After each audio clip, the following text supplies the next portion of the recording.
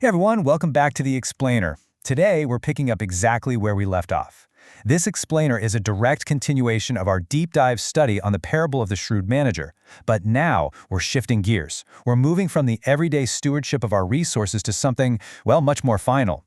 We're talking about terminal accountability. We are looking exclusively at the second half of Luke chapter 16, verses 14 through 31. And I'm telling you, this is where the rubber really meets the road regarding our earthly wealth and our eternal destiny. Okay, let's dive into this because this question sits right at the very heart of today's text.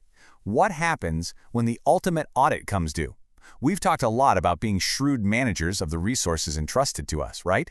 But Jesus doesn't just leave it at earthly management. No, he plunges us directly into the tension, the impending reality of the afterlife. We all face a final accounting, a terminal audit, where the true, unfiltered nature of our hearts and our ledgers will be laid completely bare. So, to understand how we actually get to that ultimate audit, we first need to look at Section 1, the scoffing Pharisees. Picture the scene here. Jesus has literally just finished telling his disciples that they need to use worldly wealth, what he jarringly calls the mammon of unrighteousness, for eternal purposes.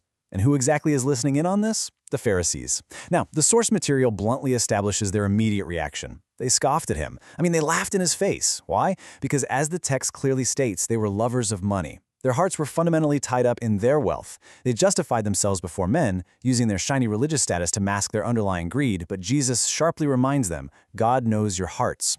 Jesus lays down a definitive, unmoving line in the sand here. He's highlighting the utter impossibility of divided loyalty. It's simple. You cannot serve two masters. On one side, you have serving God. On the other, serving mammon, which encompasses your wealth and your material possessions.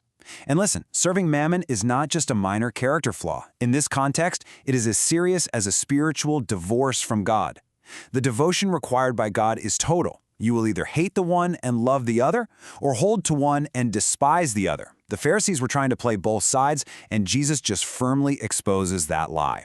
And that leads us directly into a profound paradigm shift. Section 2, the abomination of esteem. And this brilliantly illustrates the deep irony of the human condition. Jesus looks right at the Pharisees and tells them that which is highly esteemed among men is an abomination in the sight of God. Think about that word for a second, abomination. Human idolatry of wealth, the endless pursuit of status and financial power that our society constantly applauds and elevates, God looks at that exact same pursuit and calls it detestable. The Pharisees absolutely loved the praise of men and the comfort of their wealth, but they were entirely spiritually bankrupt heading into the ultimate audit. With that stark warning hanging heavily in the air, we transition into Section 3, purple and fine linen. Jesus introduces a certain rich man who was clothed in purple and fine linen and fared sumptuously every day. Now, this isn't just about the guy having a nice wardrobe. We really need to unpack the socioeconomic and religious symbolism here. Purple dye back then was incredibly expensive. It was painstakingly extracted drop by drop from sea snails, so wearing it was an undeniable sign of royalty or massive, massive wealth. And the fine linen? In that cultural context, it often pointed toward intense religious privilege, kind of alluding to the garments of the high priest. The rich man's clothing reveals his absolute blindness to his own privilege. He was perfectly comfortable, highly esteemed among men, and completely, totally oblivious to the intense suffering literally sitting at his doorstep. Now, what's really interesting about this comparison is how sharply their earthly circumstances contrast with their eternal, irreversible realities.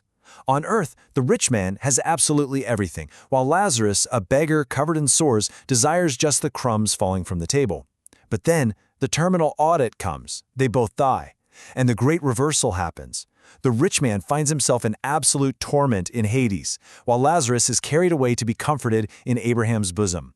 The wealth that the rich man worshipped his entire life couldn't buy him a single drop of water in eternity. But you know what is truly terrifying? It's the rich man's attitude. Even in the afterlife, he looks up, he sees Abraham with Lazarus, and what does he do? He actually asks Abraham to send Lazarus over to dip his finger in water and cool his tongue. It is a tragic, mind-boggling display of persistent entitlement. Even in the absolute agony of the afterlife, the rich man displays zero repentance. He still views Lazarus as a subordinate, just some errand boy meant to serve him. His heart was so completely hardened by a lifetime of serving mammon that it remains entirely unchanged even in the flames. Which brings us to the dramatic climax of the narrative. Section 4. The Echo of Memory. Abraham replies to the rich man with just two incredibly chilling words: "Son, remember." As the theologian Alexander McLaren highlighted, there is a devastating clarity to eternal memory. In the afterlife, all the distractions of wealth, the fancy fine linen, the sumptuous daily feasts, they are all entirely stripped away. All that's left is the stark, undeniable memory of a life lived purely for self. The memory of the poor man ignored at the gate, and the memories of all those opportunities to use wealth for mercy that are now forever lost. Remember that in your lifetime you received your good things, and likewise Lazarus evil things. The ultimate audit leaves absolutely no room for excuses, just the haunting echo of what was. Let's move to and see how this builds, pivoting from this ancient parable directly to our own lives today. Section 5. The Final Kingdom Audit. I want to anchor this with a really powerful quote from Charles Spurgeon. He said, "When our earthly business is finished and done with, when our debts are paid and our just claims settled, and our account books balanced for the last time, we must render our account to God, the righteous judge." Guys, every single one of us faces this terminal spiritual audit. We are all just managers of what God has handed us, and one day, for sure, that management will end. So I really have to ask you directly as you look at your own life, are you blinded by your own earthly privilege? Just like the rich man in his purple and fine linen, is it possible that your comfort, your status, or your pursuit of what is highly esteemed among men has made you completely oblivious to the real needs literally sitting at your gate? Are you serving God or are you serving mammon? This text is designed to pierce our conscience. It forces a critical, entirely honest self-reflection before it's simply too late. And I want you to think deeply about that moment of terminal accountability. What will your memory echo when time has passed? When the distractions finally fade and you stand before the righteous judge, will you remember a life of hoarded wealth and self-justification? Or will you remember a life where you actually used your worldly resources to show mercy, to make friends for eternity, and to advance God's kingdom? So, the crucial point is this. We must prepare for the final kingdom audit right now. And how do we do that? By leveraging our resources, our time, our money, our influence for eternal purposes.